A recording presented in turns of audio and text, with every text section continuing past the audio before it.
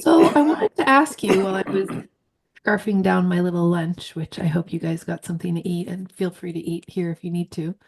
Um, I was thinking, so what was the resource? What were the resources that Philip ended up bringing? Are you asking everybody else or are you asking me? Well, you're here too. You can tell. You know better than anyone, but anyone can answer.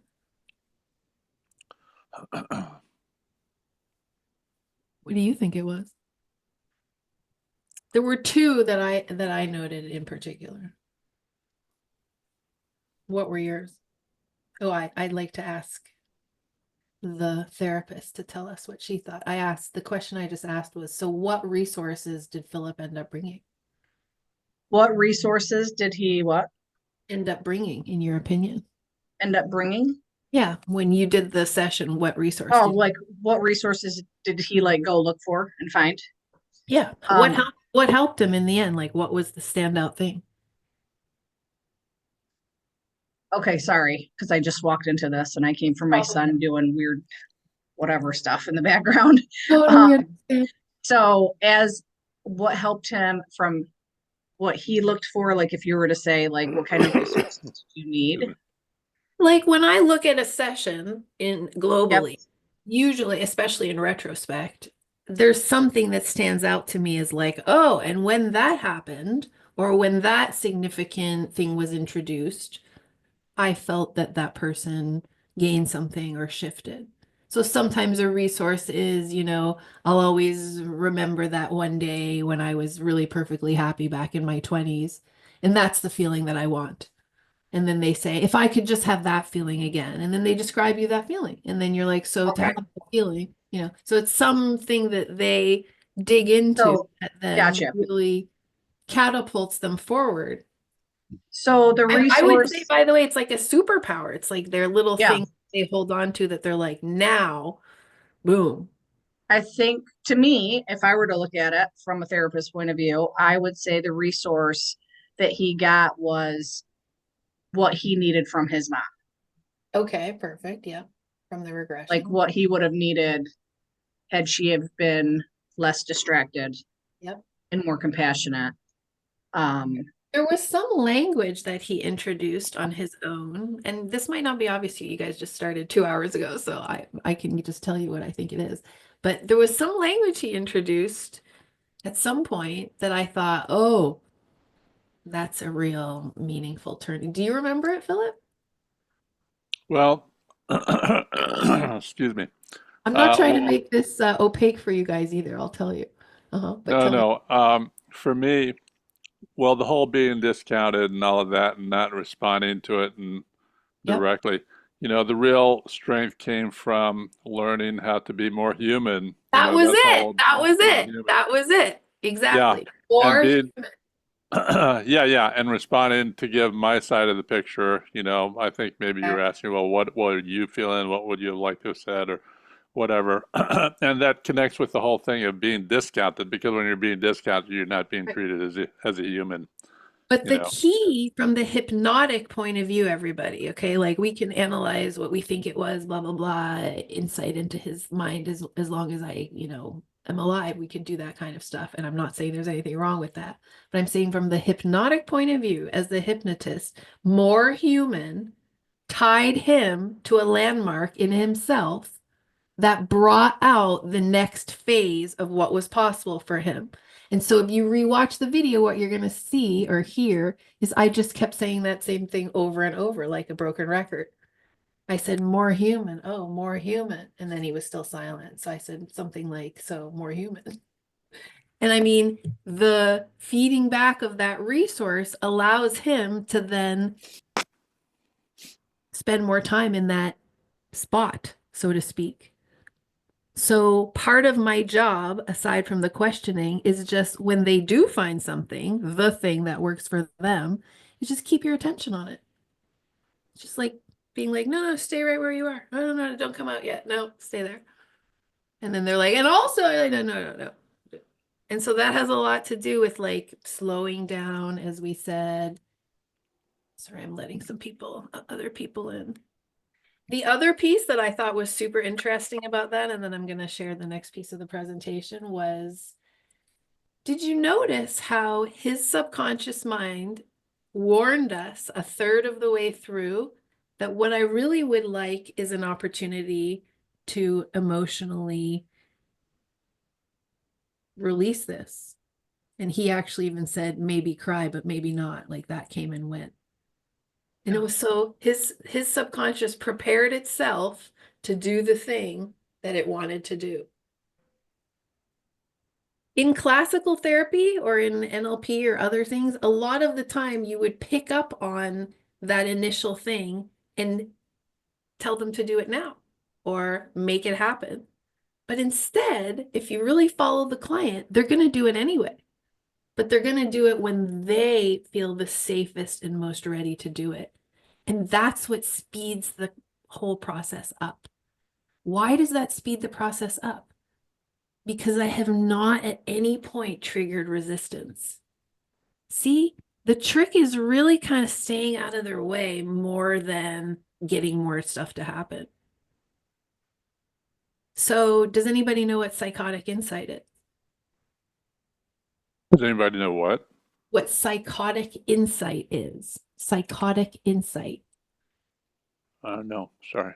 That like, I'm gonna guess, because I don't know, I'm not good with terms, but I'm gonna guess like when your subconscious mind is like, aha, has an Yeah, aha. exactly. Well, not an aha moment, but when it has that feeling of like, oh, you're on to me. Right. Or like, oh, you're gonna fuck with me next.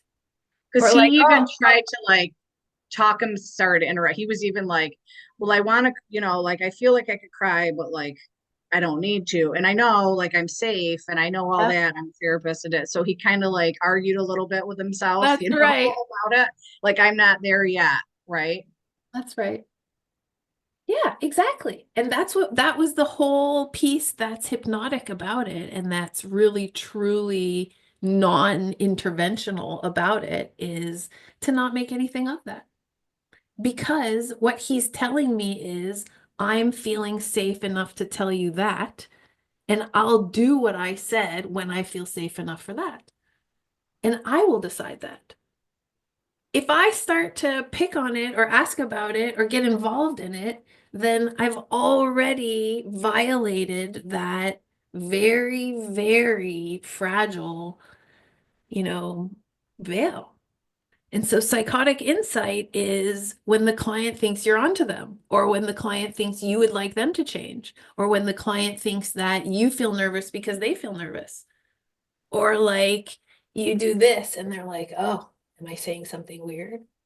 Or you know what, one that really bugs me, or not bugs me, that really catches my attention is when I take notes and then the client's thinking, what did I say that's noteworthy? When I Right. write something down and they're like, is that so fucked up that she needed to write it down? Like that's kind of what they're thinking, right? So the hypnosis is in not creating any of that. So I have a quick question. Mhm. So Philip, this question's for you. So like when we're waiting, in the waiting, right, in the silence, do you find it helpful for someone just to stay silent, the therapist, or like coaxing? That's right, you're doing great, good job. Because I noticed I said good job because I've seen that done before, right? And Maya, you didn't do that, you did it a different way, which was I liked. um and you That, said that's, thank you. So you're doing great. You said a few times. You're doing great. I was Yeah. just going to say that's the answer is you just said to me and you did it your own way, which I liked. And so Right. each Yeah. person, so the answer, I mean, Philip can give his own personal answer, but the universal answer is each person is going to do that their own way without triggering psychotic insight. So if you get super weird about it, like this is it, we're doing it now, it's Doing great, great. then Yeah, like that. then the person is like, this is so This is uncomfortable. I weird. feel Right. awkward. So the whole trick is as natural as you are. Yeah. The way So I did do it it, yeah, feel interruptive to you to hear that in the background? Because I noticed that it was actually really cute. You said thank you a couple times when exactly. Yeah. one of us said like you're doing great. You were like, thank you. But one of the times, if you rewatch it, actually did interrupt him and he lost his Yeah. trance or he lost his That was, I think it was when I said it. Yeah. Yeah, and nothing to worry about. That's perfectly great Right. because first of all, you noticed it, but also when you, this is a very interesting question you're asking. When you really are reading their subconscious in a very direct way, you will know when the silence is more valuable than the encouragement. Like Yeah, that. because I didn't really want to encourage him, but I felt like I should say something. And I guess I should have just not said, I should have You just did. let it go. No, it's that. So I really want you to get out of thinking that way. Whatever happens, happens. And sometimes it looks like, oh, I interrupted or something, but that's just what happened, what had to happen. So I never criticize myself like that, like what you're just doing, because we just don't know. Like sometimes it seems like chaos is going on and you have crying and screaming and upsetness and you're thinking, what the fuck? Oh my God. Like sometimes it does feel derailed. And I'm going to talk about that tomorrow as well. But whatever is happening, if you stick to the principles and stick to the method, it will go somewhere else. So never worry about that you went the wrong way. It's really not going to help you at all. In terms of process instruction, I always encourage you guys to use them because it's just good to get into that habit of noticing, oh, the client is in process right now. All I need to do is fucking nothing. And when I say do nothing, I don't mean like look at your phone and doodle. I just mean hold the space, be present, don't take your attention away from the hypnosis in front of you, but also don't continue while they're doing what they're doing.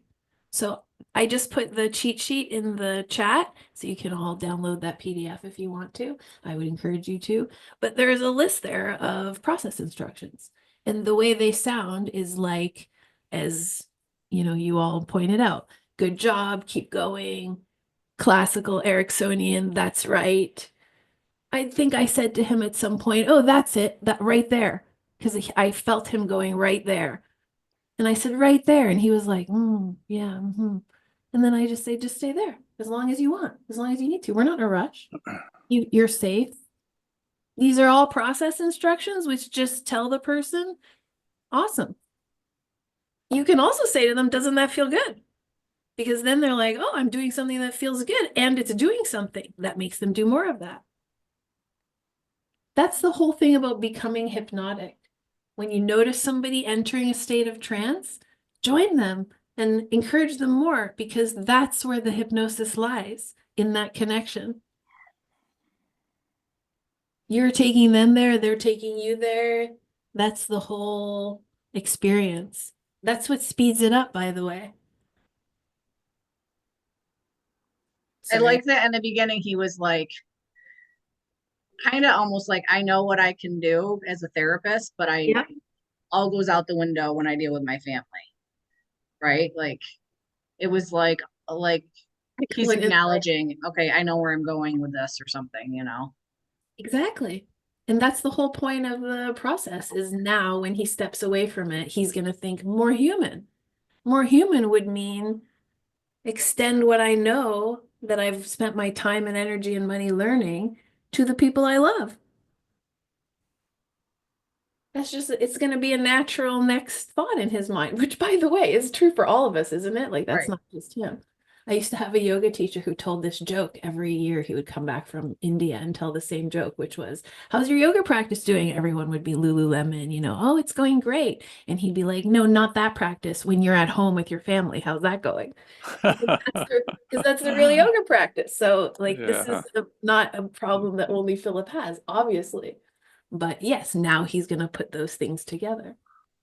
Okay, let's keep going with the. I wanted to add just a Oh, couple sure. Go ahead. things, which was when you were doing the bit about more human, and keeping on triggering that whole thing. Funny thing is, I don't remember that at all. Exactly. I know you did it, but I don't remember it because that's what was throwing me into trance. For one thing. So the fact that you said you did it many times, I go, she did it many times, really? Yep. And the other thing I wanted to say was pretty often just going, Hmm. Mm-hmm. Yeah, Hmm. Just as simple as that. that's right. You're doing fine because most people are afraid, am I doing okay? Am I doing what I'm supposed to? And just, yeah, doing just fine. Yeah, The way that's kind of what Keep I it up. wanted to let you know. I'm still here, but I also didn't want to interrupt. So I like that suggestion. Okay. I feel when I do my sessions, to me, like when I look retroactively at them or retrospectively at them, it feels like many little trips, right? Like many vacations, many places I went to. And so that's the whole thing is like lift off, have that experience of whatever the connection is. That's the whole trance experience. Come back, next client. I was trancing out at some point because I knew like you were there, so I Oh, knew like I had someone to depend on, you know what I mean? And I'm like found myself being like, what's he looking for? You know, just kind of trancing out a little bit. So, which I always tend to do in my sessions anyway, a little bit because everything affects us one way or another, right? that's exactly what I'm saying. It is your state of trance is the state of trance of the client, and their state of trance determines yours. The whole thing is reciprocal. So anytime you take yourself out of it by questioning yourself, doubting yourself, pressuring yourself, telling yourself you're not doing a good enough job, rushing, Or looking for the next question. looking for the next question, any of that is not only interrupting you, it's interrupting them. Because So in the that's beginning, when he was like setting up his story, sorry to interrupt, he was like, um, I was like, okay, well, you know, because you thankfully there's only like 5 or 6 people here, but you feel like, okay, people are looking at you because you're the therapist, right? And then I'm like, oh, so what's the question I'm going to ask? And then I'm like, wait a second, how would I even know what to ask? Because he's still telling exactly. me what the problem is. Exactly. And then it was perfect because then he just stopped talking. Like I didn't have to make him stop talking. Um, That's exactly right. That whole time that you're listening, you don't have to be thinking, what am I going to say next? Because you really don't know in that moment where it's going to end or what the conclusion is. By the way, about that whole thing too, about the long talking, if it's a lot of conscious discussion and it goes on and on, I just interrupt. yeah, I don't let people do that because that's not what they paid me for. right. That's not my job. When it's the very first comment, I let it go on as long as it's going to go on because everything that's being said there is what they think they need to say before they go to the next place. So I'm not going to cut them off then. I'm going to listen to the whole story until I get my entry point into the subconscious.